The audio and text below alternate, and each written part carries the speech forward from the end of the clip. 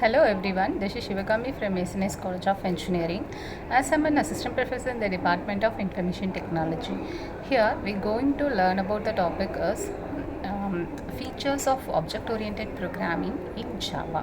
What is the topic is features of object-oriented programming in Java language. Okay. The first one is encapsulation. What is meant by encapsulation? Let's see the definition of the encapsulation. The definition is wrapping data and methods together in a single unit is called a class. What is meant by encapsulation? Wrapping data. Data means variables and methods means functions. These are all the together in a single class is called a definition. And then the next one is purpose. What is the purpose of the encapsulation? Ensures controlled access to data and hides implementation details in. What is the purpose? Ensure controlled access to data and hides the implementation details. The next concept is inheritance. The next one of the feature is inheritance. The definition of inheritance is enables one class to acquire the properties and behaviors of another classes. I think all understood this one. Ensure one class to acquire the properties and behaviors of another classes. Okay, the purpose. What is the purpose of the inheritance? Is promotes code reusability and establish a parent-child relationship. It established the parent-child relationship and its usability. Its usability is reuse the memories, reuse the code. Okay. The next one is polymorphism.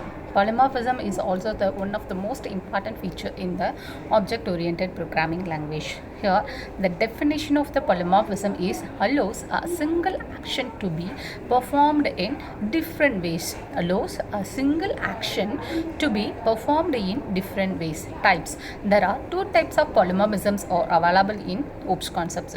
First one is compile time polymorphism, that means method overloading, and then another one is runtime polymorphism, that means method overriding. The first one is compile time and then the second one is runtime. The compile time polymorphism is also called as the method overloading. The runtime polymorphism also called as the method overriding. The next concept is abstraction. Abstraction. What does mean by abstraction? Abstraction is a here also our normal definition for the same. Okay. Abstraction, the definition of the abstraction is hiding implementation details while showing only the essential features.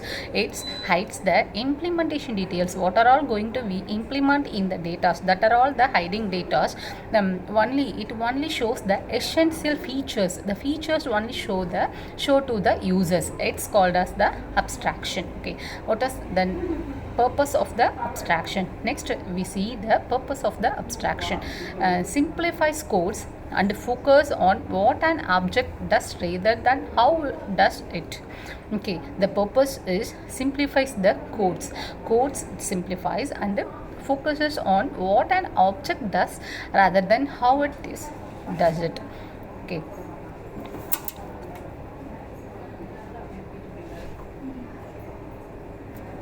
Then it's are achieved through abstract classes, interfaces. It's achieved through abstract classes and interfaces.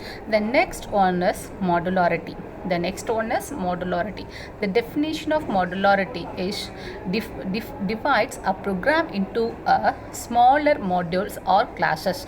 Modularity definition is divide a program into smaller modules or classes. The purpose of this one is improves the code readability. It improves the code readability, debugging and maintenance. The purpose is improves code readability, debugging and maintenance. For example, here I give an example. For example, a large software project can be split into the different packages and classes. A large project can be split into different packages and classes. The next one is Reusability definition. The next one is reusability. The definition of the reusability is the ability to use the existing code for the new application.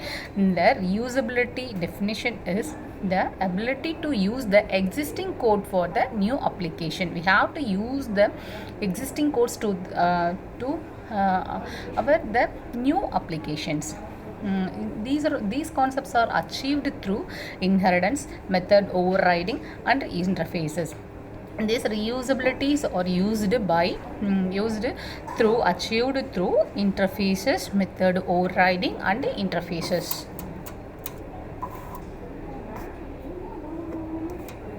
Flexibility and extensibility. Next concept is flexibility and extensibility. Definition: easy adopt code for the future enhancements. Easy adopt code for the future enhancements. The purpose is makes it possible to add new features with the minimal modification to the existing codes. Security definition, and then the next one is security definition. Products data by restricting the direct access. Products data by restricting direct access. These concepts are achieved through access modifier like a private, protector, and public. The advantages of OOPS in Java. What are all the advantages are in Java? Let's see.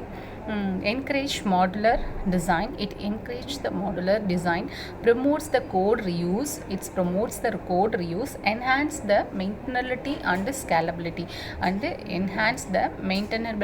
scalability, ensure data security through the encapsulation. Thank you all.